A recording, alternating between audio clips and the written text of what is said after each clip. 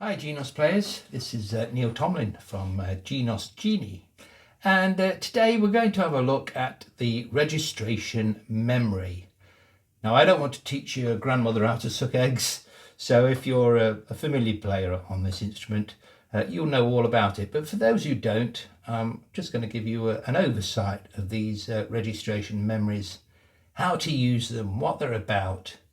So let's dive in here and have a look. Now, the registration memory is arguably the most powerful tool on the Genos. You can set up the Genos in any way that you like and memorize that setting onto one of the 10 registration buttons, as you can see along here.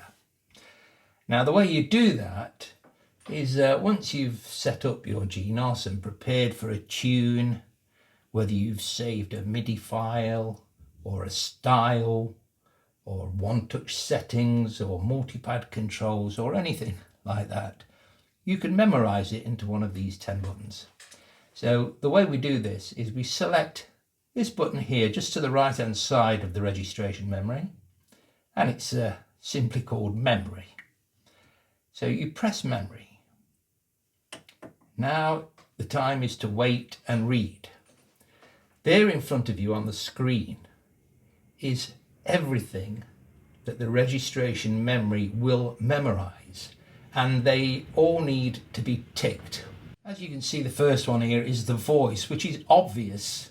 Whatever voice you've set for the right hand, whatever voices you've set in the parts, the part on and part offs, that will remember the voice. So all we do is simply tick it. You can see the tick. So the registration memory will remember the voice, but it will only remember the voice because it's the only one you have ticked. Let's move on down. The tempo. So self-explanatory. It'll remember whatever tempo setting you have. So let's tick that one. Line outs.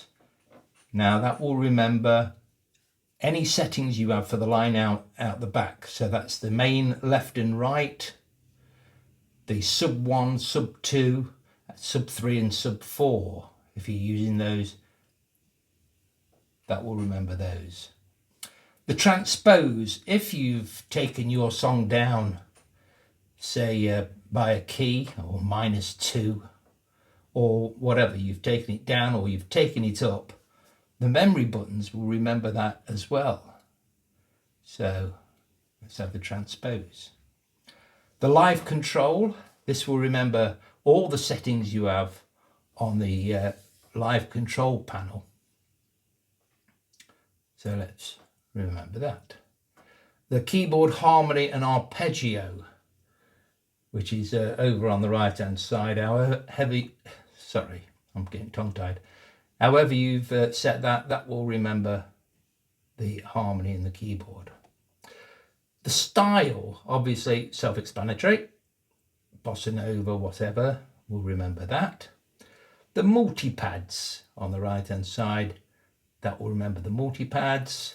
Chord looper, we're going to go into that at a later date, but the chord looper is a sequence of chords which play automatically, and that will remember that. Scale tune, that's the main tuning of the instrument.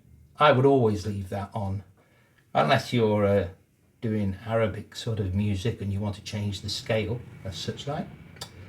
Foot pedals, so your sustain pedal, on off, start, portamento, whatever, that will remember all the foot pedals. MIDI song, that will remember any MIDI song you've got set up. Same with the audio. If you were using an MP3, it'll remember what the MP3 is. The text, which is the if you put lyrics into text, we'll cover that a little bit later on because it's quite an interesting feature. And assignable buttons, which are the buttons on the right hand side, the A, B, C, D, E, F. However you've got those assigned, whatever job you've got them doing, it will remember those. And it will also remember your vocal harmony and microphone settings. So there we've got them all ticked, and if you're at home, there's no problem here. You just remember everything so that you know it's going to load up exactly as you saved it. I use it slightly differently, especially if you're a performer in a live situation where someone can throw you some dots or a piece of sheet music, and you're going to back them and you can't remember what pedals you've got assigned where, and that can be quite horrific if you start off and you've got to transpose on from your last registration memory and the singer looks around at you, as they normally do, and shake their heads. So I use startup files, which is another section of this. I will explain that perhaps a little bit later on.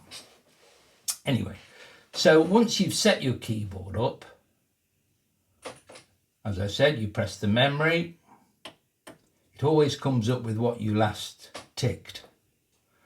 And then you press the memories, whichever. If you press 1, it'll flash a little bit. And all those things now have been remembered to number 1. And you can go through the whole 10. So you can have one song with 10 different parts. If you've downloaded my styles, you know that I've usually will put an intro on one, an outro on the last one, and various sections of the song. So you can do it that way, or indeed you can set it up as 10 different songs. So you can have 10 different songs on one bank, and it's as easy as pressing the button to go to the next song. So that's more or less what the registration memory feature does. Now, I particularly use startup files. I'll tell you about them now. So let's just untick. There we go. So everything's unticked. Now, the main thing for me as a startup file, if I've got my microphone set with a certain reverb on it, which I like, then I'll tick that because I want to remember that. I want to remember the scale tune because obviously I have it set like everybody else really, unless you're doing Arabic music, as I said, and you want to change the tuning of the whole instrument. I leave that set. I also select my line outs because if you've seen my other videos, you know that I have my bass and kick drum coming out of sub 3, my vocals coming out of sub 2, and my main left and rights, I have them coming out of there. If I'm saving a MIDI backing file or an audio song, then obviously I would tick one of those. I do not save chord loop or styles of voice or anything like that for my startup files. I do remember my foot pedals because I have my sustain, my switch to start off the song or switch to start off the style. I don't want any of those changing, and I save those memory. Press the button wherever you're memorizing it to, and that's my startup file. So as long as I don't save those things there, next time sorry I'm confusing you, but the next time I save a registration, I won't save those. I may save everything else, like that, but I won't save the vocal harmony because I've got that set up. I won't save the foot pedals because I want them to stay the same. I won't save the live control because I don't save that. And scale tuning, of course. And then any other registrations I should just save like that. But I won't save the ones I've chosen for my startup files, I don't save those. So they stay the same. So if someone does throw me a piece of music, I know my pedals can't be the same. And I know my vocal harmonies are going to be the same because they're in my startup files. I hope I've not made that too confusing. But if you're at home, as I say, you could save all of them really. So to select your registration memories, you've got your registration banks here.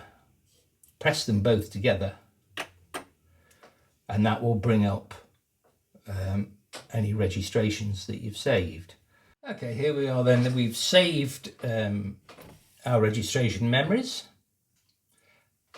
On this particular occasion we've saved the fireworks song, and these are the different sections: intro, verse 1, middle 8 maybe, chorus, refrain and ending.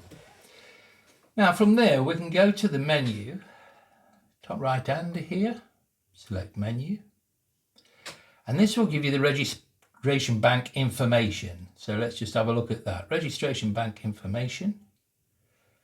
There we go. That's the registration banks from 1 to 6, as you can see, 1 to 6. They were all named the same at the moment. So, okay, they're the 6 registration memories. Let's press menu again. Second one down, registration bank edit. So let's go to registration bank edit. There we see number 1. I'm going to rename this, so select it, number 1, rename. I'm going to delete that. I'm going to put intro. Okay, so now you can see number 1 is the intro. Number 2, rename. Delete that. Let's put